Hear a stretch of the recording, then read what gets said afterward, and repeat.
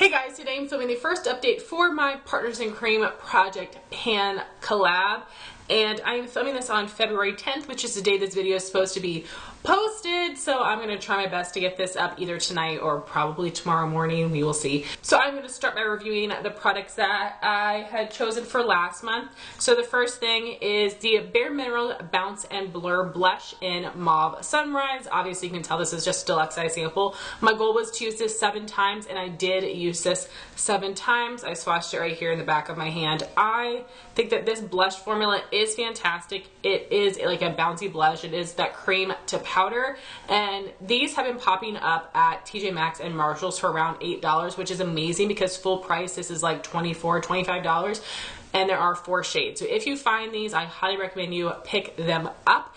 And I'm not really a fan of cream blush because usually it's very hard to apply, but this formula is awesome.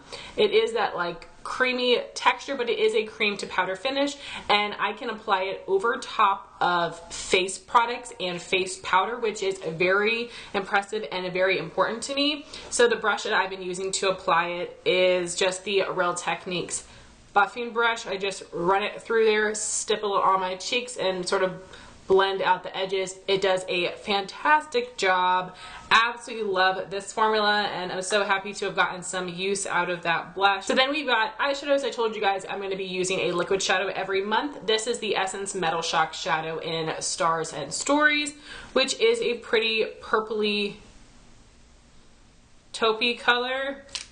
And my goal was to use this 3 times. I actually ended up using it 4 times, so that is very exciting. Here is what that looks like. One day I used this on its own. I mean, I put some shades in the crease, but this is the only thing I wore on my lid. By the end of the day, this definitely had creased a little bit, but it actually faded quite significantly, which was a big bummer to me. But then the other 3 times I used this as a topper, and I do think it looked very beautiful. However, I do think I am going to let this go. I paired this over a shade that was similar in tone. It was a very metallic color, and honestly, I did one eye with this, one eye without. It looked exactly the same because the shade I was using underneath is so metallic. Then I did pair this over a darker color to give like a little bit of that shine, and then it did show up nicely, but I don't think I'm going to be doing that a whole ton. So I'm going to see if I have some friends that want this, just because I don't think I'm going to get the most use out of it. It's not a bad product, but it's something I would definitely recommend using as a topper instead of on its own. But I'm a little disappointed in it, so I am going to be decluttering that if I can find a friend that wants it. Then we've got my 3 ColourPop Super Shocks. So this first one is Muse, which is a pearlized finish. This is a beautiful rose gold copper. I wanted to use this 3 times. I ended up using it 4 times, and as you can tell, I hit pan, and I hit pan in the corner, which is not even the easy place to hit pan. So I am really proud of that progress, and this is a shade that I really do love. You can tell it's very metallic. So I'm definitely keeping this one, and I'm happy to get some more use out of it, and it does still feel really creamy, which is nice. The next one I used was something that was new to me. It was given to me by my friend Jean. This is the shade Party of 5. It's an ultra glitter finish. I wanted to use it 3 times, and I used it either 3 or 4. I can't quite remember. I know at least 3 times, which was my goal. And no pan here, but here is what that shade looks like. It is very unique,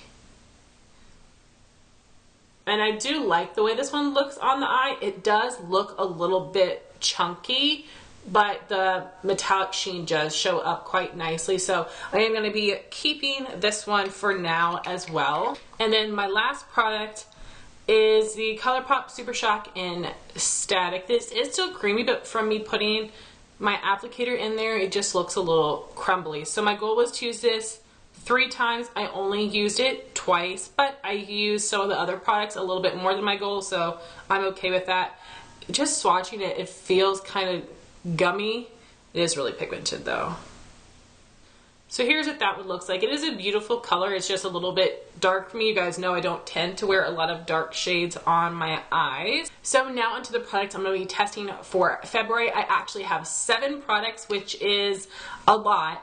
But that's because I have different goals for them. I'm gonna still try to use them all a decent amount of times, but my goal for this month is to test out some comparable products and then keep one to clutter one. So that's why I added more. So for my liquid shadow of the month, I'm using the Pixi Liquid Fairy Light in Bare Brilliance. I'm wearing this on my lids today. This is the more like taupey color from the line. I've got it swatched right here. My goal is going to be to use this one 3 times. I've already worn it one of the 3 times. I think this looks very glittery. I really like the formula, but I'm not loving this color today, and it could be because of the eyeshadows I have paired with it, the color I have underneath. So far I'm not loving the color, but I will try this with different color combos and see what I think. But my goal is to use this 3 times.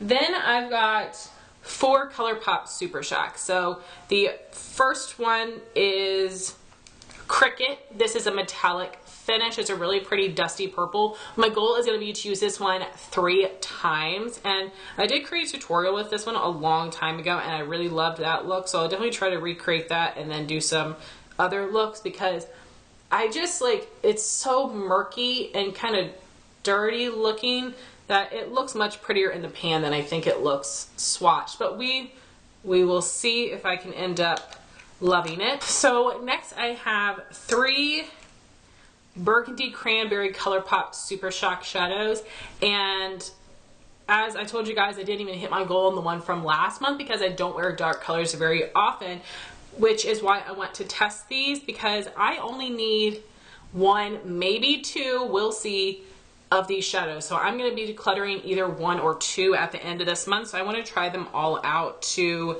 see which one I feel I need to have. So I am going to be pulling in Static again, just so I can compare them, because this one I do like the formula of. I think the color is very pretty. I'm going to swatch it again just to show you them all side by side. And this is why I'm thinking I might want to keep 2, because the other shade I have is Broken. It is Drift. It is a satin finish. Drift used to be one of my favorite shadows of all time. It used to be a pearlized finish. I don't know why they've changed it. Also, this shadow is completely falling apart, which might make me want to get rid of it just because of that, but we'll see how I can make it work for me. I just love that color so much, and it is lighter, but the formula of this one is terrible. So we'll see. The third shade is Porter. This is a metallic finish. This is one of the Kathleen Lights collabs, and it actually has like some glitter pieces in it. It feels very dry when I'm putting my finger in the pan, but it actually swatches okay. So those are the 3 shades here, and I'm going to either be keeping only 1 or 2 of these at the end of this month. And the last 2 products I have are some liners I would like to compare, and that would be the ColourPop Cream Gel Liner in Charmer and the Urban Decay 24/7 Liner in Alkaline. I do believe that these are very similar shades, and the Urban Decay Liner, I purchased this myself. These are very expensive. I like the formula of these for the upper lash line, but I usually wear these kind of colors on my lower lash line, and the Urban Decay liners run really bad on me, but the ColourPop ones work very well. So I want to test these out, 1 on each eye. I'll probably put the ColourPop on my watery eye just so we can be a little bit more fair, and see if I think this one is good enough to finally let this one go. That is my goal, so we will see what I think. So I will swatch the 2 colors for you. So this one right there is the ColourPop. It looks very dark. And next to it we've got Alkaline, which is a little bit more red. The ColourPop is a bit more purple, so not exactly the same.